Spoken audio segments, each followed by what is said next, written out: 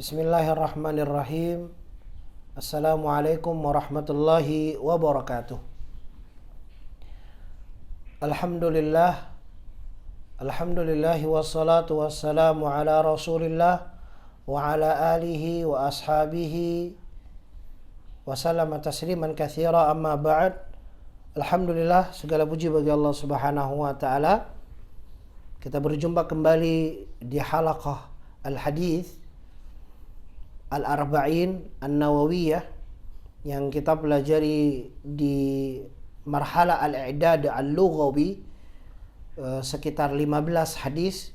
Walhamdulillah, kita telah sampai ke hadis yang ke-14. Hadis yang ke-14. Maka semoga Allah Subhanahu wa taala memberikan bagi diri ana dan kepada adik-adik sekalian, kepada peserta didik Islamic Boarding School Bintang Pelajar, sebuah cahaya dari Allah Subhanahu wa taala, sebagaimana Nabi sallallahu alaihi wasallam sabdakan, "Naddarallahu imra'an sami'a maqalati fawa'aha." Semoga Allah Subhanahu wa taala memberikan cahaya bagi orang-orang yang mendengarkan hadis Nabi dan menghafal hadis Nabi Muhammad sallallahu alaihi wasallam. Dan alhamdulillah, kita di rumah semakin panjang ya adik-adik ya, alhamdulillah. Antum senang, alhamdulillah kami pun senang. Ya, dalam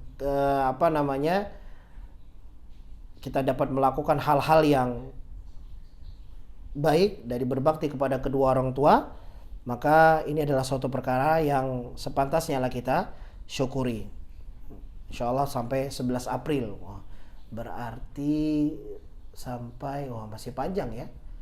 April ya sampai Sabtu, masih 2 minggu lagi. Masya Allah, ditambah 2 minggu lagi kita beristirahat di rumah. Kan tapi Ustaz mengingatkan kepada Ustaz pribadi dan kepada adik-adik sekalian untuk mengisi waktu dengan perkara kebaikan.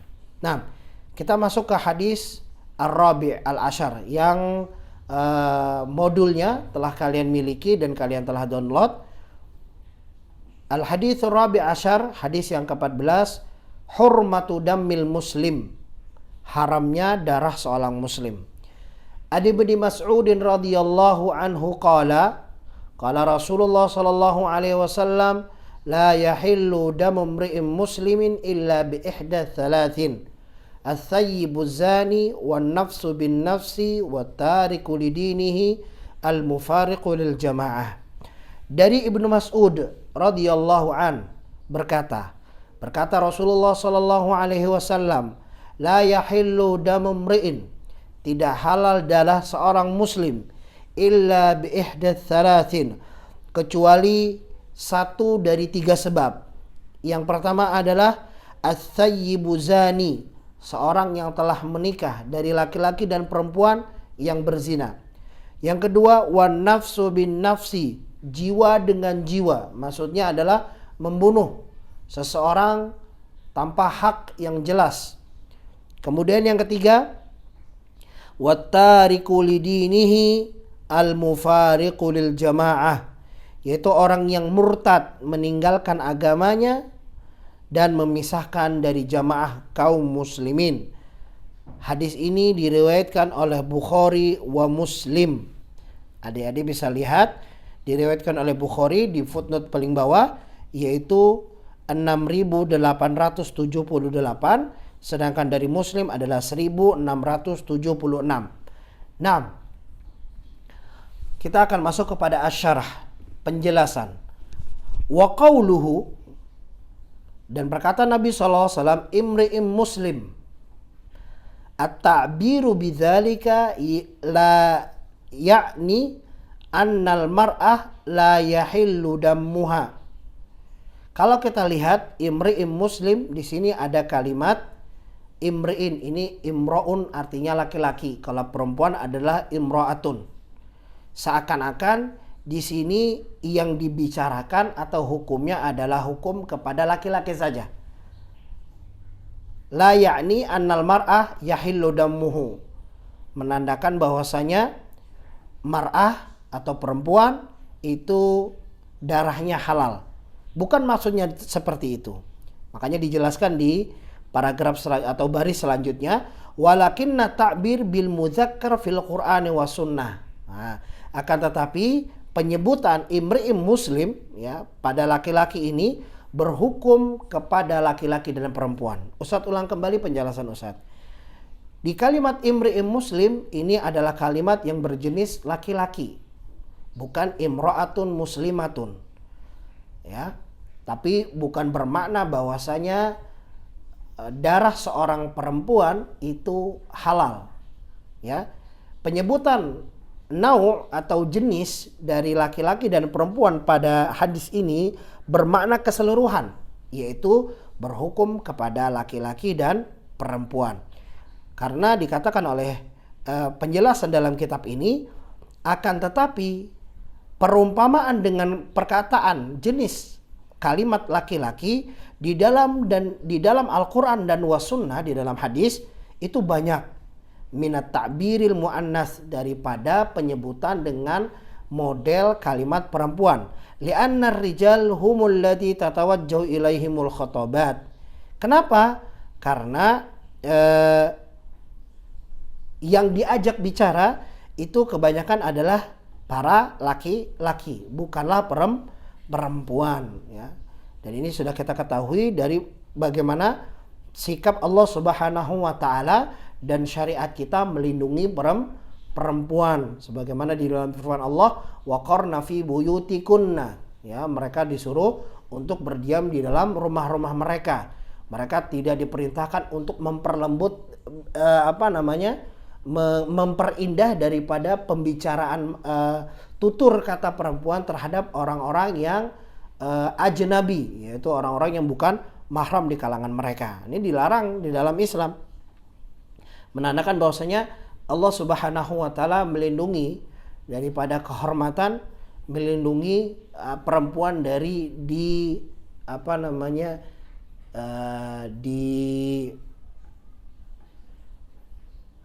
di-upload, bahasanya apa ya? Apa bahasanya deh, bingung Ustaz.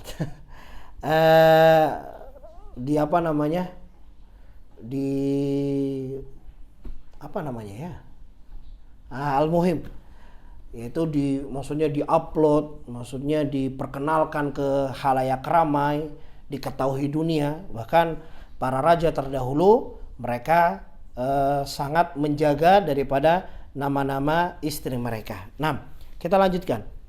Fahada yadullu ala anna sya'nid dima'il muslimin azim. Dan ini menandakan juga bahwasanya urusan masalah darah, ya, masalah jiwa seorang muslim adalah perkara yang begitu besar. Wa qauluhu muslim ay dakhilun fil Islam. Maksudnya muslim adalah orang yang telah masuk Islam, yaitu dengan mengucapkan kalimat syahadat dan meyakini dan mempelajari daripada syarat-syarat atau rukun-rukun syahadat dan iman itu sendiri. Kemudian wa qauluhu illa bi ihdatsy thalathin, yakni bi wahidatin minats tsalas. Maksudnya illa bi ihdatsy thalathin, yaitu jika salah satu sebab saja didapati pada seorang muslim dari sebab-sebab yang telah kita sebutkan, maka darah mereka halal untuk ditumpahkan. Wa qauluhu as-sayyibu zani. Sayyibu zani artinya adalah sayyib itu adalah seorang yang telah menikah. Fasayyibu zani yahillu damuhu. Seorang yang telah menikah melakukan perzinahan, maka darahnya halal. Wasayyib, apa itu sayyib? Huwa alladhi jama'a fi nikahin sahihi, yaitu orang yang telah melakukan hubungan, ya, hubungan suami istri di dalam nikah yang sahih, itu disebut sayyib. Di dalam pendapat para ulama yang lain, sayyib itu disebut juga entah itu dia dalam keadaan menikah ataupun sudah janda ataupun sudah duda, maka itu juga disebut dengan sayyib. Fa'idha zana, jika dia melakukan perzinahan, ba'da an amallahu alaihi bi ni'matin nikahi sahih, setelah Allah memberikan kenikmatan dengan disyariatkannya nikah, ya, dia mendapatkan nikah yang sahih, sara mustahiqqan lil qatl. Jika dia melakukan perzinahan, maka dia berhak untuk dihukum had, yaitu hukum rajam dengan cara dilempari dengan batu sampai mati. Ammal bikr la yahillu dammuhu idza zana. Sedangkan jika dia adalah seorang laki-laki yang belum menikah, jomblo atau bujang, ataupun wanita yang masih jomblo atau masih perawan, la yahillu dammuhu idza zana, maka tidak halal darahnya ketika dia melakukan perzinahan. Ya. Terus dihukum apa Ustadz? Hukumannya adalah dengan dicambuk 100 kali, kemudian dipenjara selama 1 tahun atau diasingkan selama 1 tahun. Wa huwa alladzi lam yujami' fi nikahis sahih. Bikr adalah seorang laki-laki atau seorang perempuan. Kalau laki-laki disebut azbun, ya. Azbun itu seorang yang bujang. Al-bikr wanita yang perawan. Jika mereka melakukan perzinahan maka tidak dirajam, akan tapi dihukum dengan cambukan dan dipenjara selama 1 tahun. Sebelumnya berkenaan tentang hukum ini adalah sebelum ada hukum rajam, maka hukum yang pertama kali yang Allah Subhanahu wa taala syariatkan adalah dengan mengurung orang-orang yang melakukan hal ini sampai ajal menjemput mereka. Kemudian Allah Subhanahu wa taala menghapus hukum tersebut dengan mengganti dengan hukum rajam. Nah, berkenaan tentang masalah zina, ya, berkenaan tentang masalah zina, maka di dalam Islam ini dapat diketahui dengan 2 cara. Yang pertama yaitu dengan cara pengakuan, yang kedua yaitu dengan cara 4 saksi. Maka hal-hal seperti ini sangat tidak pernah, bahkan jarang sekali, bahkan sampai dikatakan tidak ada diketemukan kasus perzinahan dengan 4 saksi. Tetapi kalau dengan pengakuan banyak kita ketemukan, sebagaimana seorang sahabat ridwanullah alaihim ajmain, semoga Allah Subhanahu wa taala mengampuni beliau dan meridhoi beliau, seorang Ma'is yang orang yang soleh yang mengaku kepada Nabi bahwasanya beliau telah melakukan perzinahan. Begitu juga dengan seorang perempuan yang berasal dari kaum Al-Ghamidiyah, kabilah Al-Ghamidiyah, yang mengaku kepada Nabi telah melakukan telah melakukan zina. Dan di dalam hadis Al-Arba'in An-Nawawiyah sangat banyak sekali penjelasan dan pembahasan tentang hal ini. Ya, jadi seandainya kita mau menghafal dan mempelajari Al-Arba'in An-Nawawiyah, ini seakan-akan kita telah mempelajari Islam secara keseluruhan.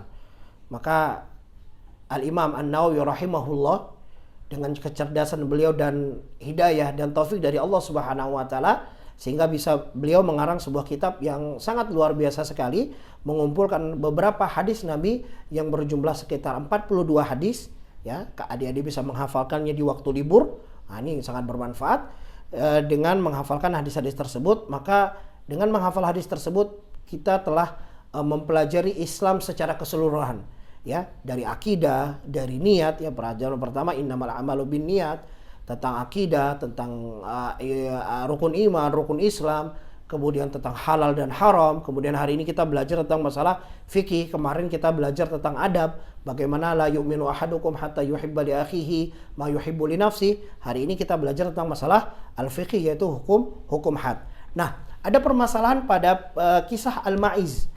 Kisah Al-Ma'iz yaitu ketika pengakuan Al-Ma'iz mengaku berzina, maka sampai 4 kali dia datang kepada Nabi, dan Nabi ingin mengcross cek apakah benar-benar Ma'iz ini dalam keadaan sehat walafiat dan benar-benar melakukan hal tersebut.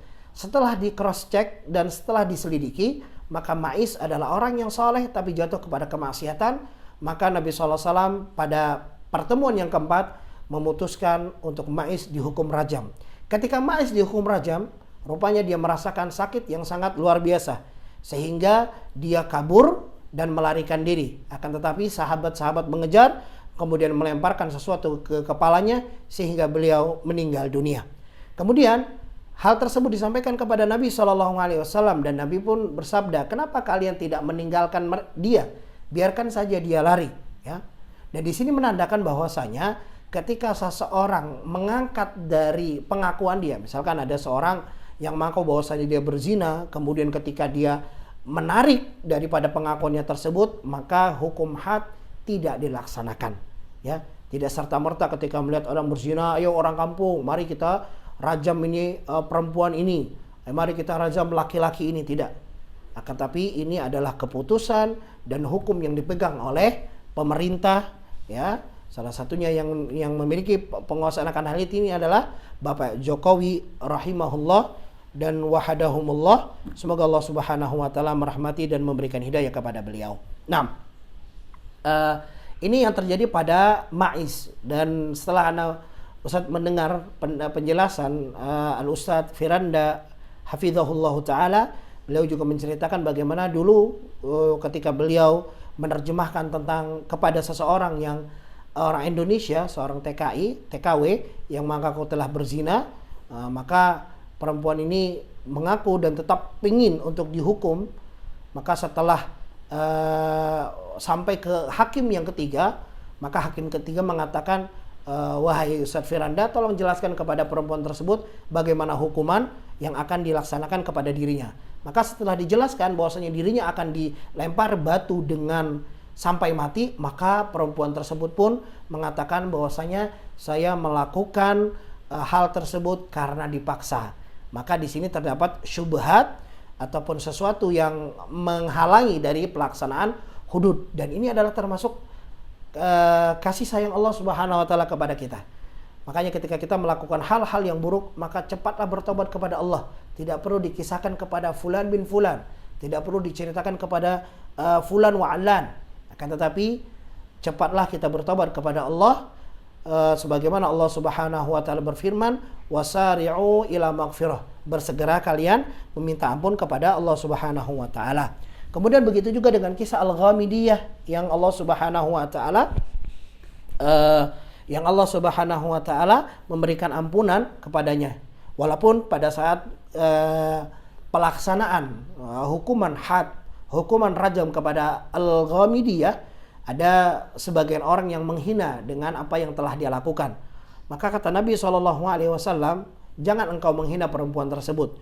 Sesungguhnya dan seandainya saja ketika taubatnya itu dibagi kepada 70 orang di Madinah, maka cukup bagi mereka untuk memasukkan ke dalam surganya Allah Subhanahu wa taala. Inilah azimnya dan kekuatan daripada taubat kepada Allah. Innahu kana tawwabar rahima. Sungguhnya Allah Subhanahu wa taala Maha penerima taubat dan Maha sayang. Kemudian kita lanjutkan, wa qauluhu an-nafsu bin nafsi, ya. An-nafsu bin nafsi artinya adalah jiwa dengan jiwa. Maksudnya adalah yaitu hukum qisas, hukum qisas. Jadi Allah Subhanahu wa taala mengancam, wa may yaqtul mu'mina muta'ammidan fajaza'u jahannam khalidan fiha. Barang siapa yang membunuh seorang muslim dengan sengaja, maka fajaza'u jahannam, maka Allah akan memberikan balasan dengan neraka jahanam khalidan fiha, selama-lamanya. Naudzubillahi min dzalik. Jadi larangan ke dalam Islam ketika menumpahkan darah seorang muslim. Ai annahu idza qutila insanun insanan amdan. Maksudnya di sini adalah ketika seseorang manusia membunuh manusia yang lain sengaja. Qutila bihi bisyurutil ma'rufah. Maka dia akan juga dikisos, yaitu dihukum dengan syarat-syarat yang telah dijelaskan nantinya pada pertemuan yang selanjutnya atau di live IG insyaallah di esok hari. Semoga Allah Subhanahu wa taala memperpanjang umur kita. Nah, adik-adik yang dimuliakan oleh Allah Subhanahu wa taala, wa tariku lidinihi yakni bidzalikal murtad. Tariku lidinihi maksudnya di sini adalah murtad. Bi ayyi nau'in min anwa'ir riddah. Yang jelas ketika dia melakukan hal-hal yang menjadi pembatal-pembatal keislaman. Ingat, Islam itu mempunyai pembatal-pembatal. Bukan hanya wudhu saja bisa batal, bukan hanya sholat saja bisa batal, bukan hanya zakat saja bisa batal, bukan hanya puasa atau haji saja yang bisa batal. Akan tetapi keimanan seorang bisa batal ketika dia melakukan hal-hal yang melanggar daripada rukun-rukun dan syarat-syarat keimanan. Wa qawluhu al-mufariqu lil jamaah, ya, hadza atfun bayan, ya, di situ ada waw. Jadi penjelasan dari tariku lidinihi. Maksudnya adalah orang yang murtad dan meninggalkan jamaah kaum muslimin. Alhamdulillah kita sampai kepada faidah-faidah. Faidah dari hadis yang pertama adalah ihtiramu dima'il muslimin. Haramnya darah seorang muslim. Dari kalimat la yahillu damu mri'in muslim. Ya. Dan ini sudah Ustaz bawakan dalil tadi yang telah Ustaz bacakan. Wa hadza amrun mujma'un alaihi dalun alaihi alkitab wa sunnah wal ijma'. Qala Allah Ta'ala fil Qur'an, ini telah ijma', ya, bahwasanya darah seorang muslim ketika dia mengucapkan asyhadu an la ilaha illallah wa asyhadu anna muhammadan abduhu wa rasuluh, maka halal baginya darahnya, begitu juga dengan kehormatan dirinya. Allah berfirman, wa may yaqtul mu'mina muta'ammidan fajaza'u jahannam khalidan fiha wa ghadiballahu alaihi wa la'anahu wa 'adda lahu 'adzaban 'azima. Dan orang-orang dan siapa saja yang membunuh seorang mukmin dengan sengaja, maka Allah akan berikan neraka jahanam baginya. Ini yang pertama. Khalidan fiha. Yang kedua, selama-lamanya. Yang ketiga, wa ghadaballahu alaihi. Allah akan murka kepadanya, wa la'anahu, dan Allah akan melaknatnya, wa'addalahu azaban azima. Yang kelima, Allah Subhanahu wa taala akan berikan azab yang besar untuk orang-orang tersebut, ya. Faqutilal muslimu al-ma'sumud dam min a'zamiz dzunub. Maka dapat kita ketahui bahwasanya membunuh seorang jiwa, membunuh manusia adalah dosa yang sangat besar. Walihada awwalu ma yaqdi bainan nasi fid dima. Sehingga yang pertama kali nanti akan dibahas, ya, adalah antara darah seseorang dengan darah yang lainnya. Tentang jiwa seseorang. Ini yang akan diadili di hadapan Allah Subhanahu wa taala. Kemudian, anna ghairal muslim yahillu dammuhu ma lam yakun muahadan aw musta'minan aw dhammiyan. Faedah yang kedua, sesungguhnya selain muslim dah halal darahnya. Ingat, belum selesai. Darahnya halal, ya, malam yakun muahadan, kecuali darahnya tidak halal kecuali dia saling berjanji, ya, saling ada perjanjian keamanan, sebagaimana orang-orang luar negeri masuk ke kita dengan perjanjian visa masuk, perjanjian keamanan. Au musta'minan, atau mungkin musuh, ya, yang pengen datang ke kota kita, ingin berbicara tentang permasalahan perdamaian, dan dia meminta keamanan, maka ini termasuk orang-orang yang haram darahnya untuk ditumpahkan. Yang ketiga adalah zammiyan. Zammiyan adalah orang-orang ataupun negara ataupun sebuah kota yang dia tunduk dengan hukum Islam dengan membayar jizyah, yaitu membayar upeti keamanan kepada kaum muslimin yang mereka mendapatkan keamanan sebagaimana mendapatkan keamanan orang-orang muslim dengan pemerintahan kaum muslimin. Fa in kana kadzalik, kalau seandainya tidak begitu, fadammuhu ma'sum. Afwan. Fa in kana kadzalik, jika demikian maka dammuhu ma'sum, ya. Tiga jenis orang tersebut atau tiga kelompok orang tersebut, muahadan, musta'minan, zammiyan, mereka adalah orang-orang yang darah mereka maksum, yaitu darah mereka tidak boleh ditumpahkan. Kita udah berapa menit ini, ya?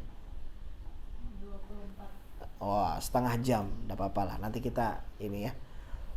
Man kana bainana wa bainahu ahd kama jara bainan Nabi sallallahu alaihi wasallam wa Quraisy fil Hudaybiyah, ya. Wal muahad man kana bainana wa bainahu ad, yaitu di antara kita ada dua perjanjian aman atau perjanjian untuk tidak saling menyerang satu dengan yang lain. Ini sesuai dengan kejadian yang pernah terjadi di antara Nabi dengan kaum Quraisy di Al-Hudaybiyah. Ketika Nabi SAW ingin haji, mereka menghalangi. Kemudian ada perjanjian Al-Hudaybiyah. Ini muahad, tidak saling menyerang satu dengan yang lain selama satu tahun. Nah, ini tidak boleh. Wal musta'man, yang kedua adalah musta'man. Al musta'man adalah alladzi qaddama min dari harb lakinna dakhala ilaina bi amanin li bai'in tijaratin aw syira'in aw amalin. Al musta'man adalah alladzi qadima min dari harb. Nah, orang-orang yang datang dari kota atau negara yang memerangi kaum muslimin. Lakin akan tetapi dakhala ilaina bi amanin. Dia minta keamanan. Dengan tujuan apa? Bisa dia jual beli, bisa dia ingin membeli sesuatu, atau dia kerja di kota atau di negara kaum muslimin. Fahadha muhtaramun ma'sum. Ini orang-orang yang dihormati, dalam artian darah mereka tidak boleh ditumpahkan dan kehormatan mereka tidak boleh dijatuhkan. Dan ini sesuai dengan perintah Allah Subhanahu wa taala ketika menyebutkan inna syani'aka huwal abtar. Di dalam hadis ini menyebutkan juga di dalam ayat ini menyebutkan bahwasanya tidak boleh kebencian kita menyebabkan kita tidak berbuat adil kepada orang lain walaupun mereka itu adalah kaum musyrikin dan kaum kufar. Sebagaimana Allah berfirman, la yajrimannakum syana'a an saddukum 'anil masjidil haram. Jangan sampai kita dengan kebencian kita terhadap mereka karena mereka menduakan Allah menjadikan kita tidak berbuat adil. Dan Allah memerintahkan yang para khatib sering membaca ketika mengakhiri khutbah mereka, innallaha ya'murukum bil adli wal ihsan. Allah Subhanahu wa taala menyuruh kita untuk berbuat adil dan berbuat ihsan. 6. Hatta wa in kana min qaumin a'da'i wa muharabin lana. Wa in kana, walaupun dari kaum yang menjadi musuh kita dan menyerangi kita, li'annahu u'tiya aman khas. Kenapa? Karena kita memberikan keamanan yang khusus. Ya. Kemudian wadzammi wa huwa alladhi yaskunu ma'ana wa nahmihi wa nadhubbu anhu. Zammi adalah wa huwa alladhi yaskunu ma'ana. Mereka adalah orang-orang kafir ya yang mereka tinggal dengan kaum muslimin, yaskunu ma'ana wa nahmihi, dan kita melindungi mereka, wa nadhubbu anhu wa hadha huwa alladhi yu'ti al-jizyah. Inilah mereka orang-orang yang memberikan jizyah, yaitu bayaran badalan an himayatihi, mengganti dari perlindungan kita terhadap mereka, wa baqaihi fi biladina, dan tinggalnya di kota kaum muslimin. Bisa jadi contoh ya, Ustaz memberikan contoh seperti ini. Kalau Ustaz tinggal di Cilebut, kemudian daerah Tanah Sareal, di Jalan Baru, di BPIBS, ya misalkan di sana orang-orang kufar, kita jihad ke sana, kemudian kita kuasai, kemudian mereka tidak mau masuk Islam, akan tetapi tunduk dengan hukum dan peraturan Islam, maka kita biarkan mereka, akan tetapi tetap hukum dan peraturan itu Islam yang memegang. Maka mereka untuk mendapatkan keamanan jika diserang oleh musuh ataupun mereka tinggal dengan peraturan kita, maka mereka membayar al-jizyah, ya. Ini sebagai suatu penghinaan terhadap diri mereka. Kemudian idzan qauluhu la yahillu damu mri'in muslim yakhruju bidzalika ghairul muslim. Jadi di sini dapat kita ketahui bahwasanya tiga jenis orang tersebut, la yahillu damu mri'in muslim yakhruju bidzalika ghairul muslim, dapat kita ketahui yang tidak halal darah kaum muslimin berarti selain muslim darahnya halal kecuali tiga orang yang tadi, fa inna dammuhu halal illa huwa haula'i tsalatsah. Lanjut. Wah, ini banyak ini. Gak apa-apa ya, Dek? Ya, semoga ini bisa diulang 2 kali karena kalau 1 kali pertemuan saya terasa ini kurang. Iya. Minimal 1 hadis ini pembahasannya nggak bisa 1 kali pertemuan. Tuh. Bahkan tinggal 1 hadis lagi kita. Masya Allah. Nanti kita ulang lah insya Allah. Saya akan bicarakan dengan Ustaz Aqlus Salim hafizahullah Al-Syekh Al-Hadith. Masya Allah. Ya, tentang apa yang akan kita bahas. Nah, tambah satu lagi, yang ketiga. Yang ketiga, fawaid dari hadis ini, husnul ta'limin nabi. Masya Allah. Husnul ta'lim. Bagusnya, apiknya, istimewanya Nabi SAW mengajarkan kepada kita sebuah ilmu. Haitsu yaridu kalamuhu ahyanan bitaksim. Terkadang Nabi SAW menyebutkan 1, 2, 3. Menurut Ustaz penjelasan begitu lebih mudah daripada penjelasan secara global.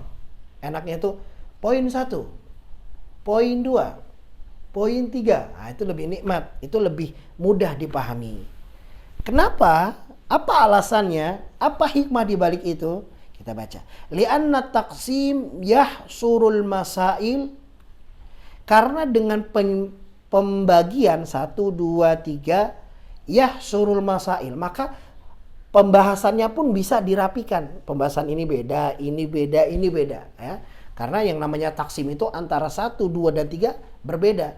Kalau sama itu bukan namanya pembagian. Ini di dalam pembahasan usul fiqh. Wa yajma'uha wa huwa asra'u hifdhan. Dan itu paling mudah untuk dihafal.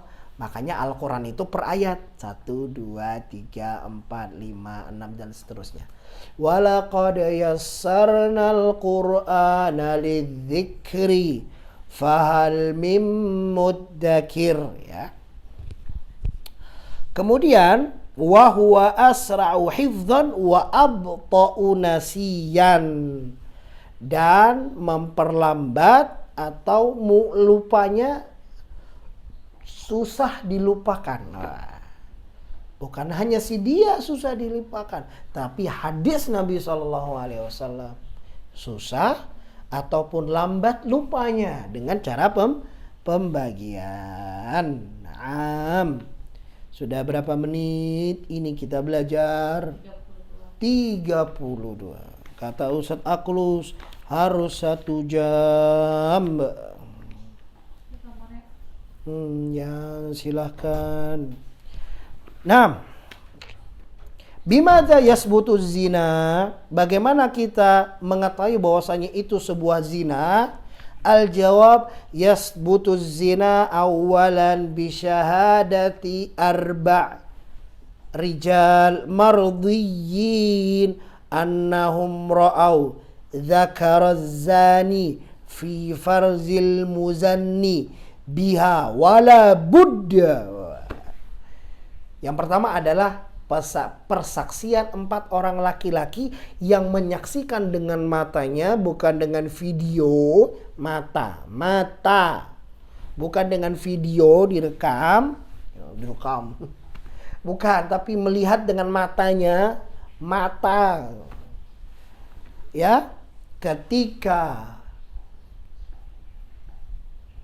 ember telah masuk ke dalam sumur. Nah, ini bahasanya keren. Ember telah masuk ke dalam sumur. Jelas. Bukti. Bukan dari dekat. Makanya kalau dia melihat, maka ini yang pertama. Dan harus seperti itu. Kalau enggak, yang kedua adalah bitakriri zani bi annahu zana. Kata Ustaz tadi yang kedua adalah dengan cara dia bersaksi bahwasanya dia telah berzina. Kemudian bagaimana cara rajam? Bagaimana cara kaifiyatur rajmi wal qaimu bih? Bagaimana cara merajam dan siapa yang melaksanakannya? Ya, ini kita lihat. Jangan sampai kita salah. Ketemu orang yang kira-kira penzina. Oh, dilempar pakai batu. Jangan. Dilihat di mall, wah pakaiannya seksi. Penzina, lempar pakai batu. Jangan, ya. Lihat-lihat.